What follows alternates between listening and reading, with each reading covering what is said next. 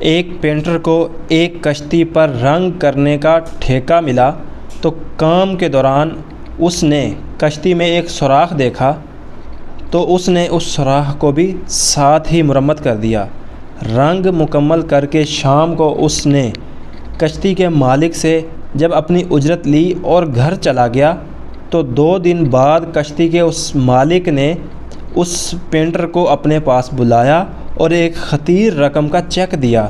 Painter کے بات چیت کرنے پر اس نے بتایا کہ اگلے دن اس کے بچے اس کے علم میں لائے بغیر وہ کشتی لے کر سمندر کی طرف چلے گئے تھے، اور پھر جب اسے خیال آیا کہ کشتی میں تو ایک سوراخ بھی تھا تو وہ بہت پریشان ہو گیا، لیکن شام کو بچوں کو ہنستے مسکراتے واپس آتے دیکھا تو خوشگوار حیرت میں مبتلا ہو گیا۔